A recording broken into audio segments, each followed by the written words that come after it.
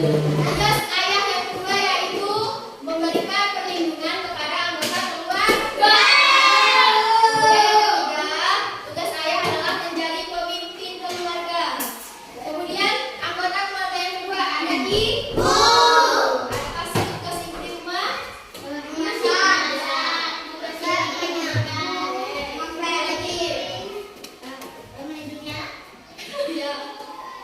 Oke, jadi tugas ibu di rumah yaitu sebagai ibu rumah tangga.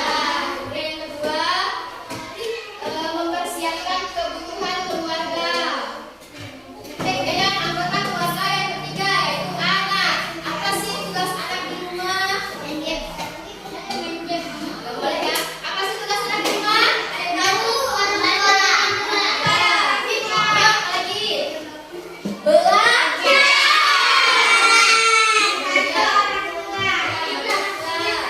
Kemudian beribadah tepat waktu. Kemudian bangun pagi. Oke anak-anak, sudah ada gambaran tentang apa itu tugas sehari-hari? Oke, mungkin ada yang mau bertanya? Tidak. Oke, silakan. Oke, pertanyaan yang bagus. Apa manfaat membantu orang tua? Ada yang tahu jawabannya? Oke, jadi ya silakan. Ya, benar. Tepuk tangan. Oke, jadi manfaat kita membantu orang tua yang pertama dapat pahala. Kemudian yang kedua, kita akan menjadi anak yang mandiri.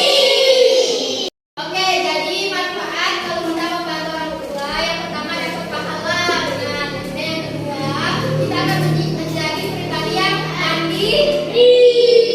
Kemudian kita akan menjadi anak yang mempunyai rasa tanggung jawab. Misalnya kita habis bermain, nanti kita harus merapikan mainan kita sendiri.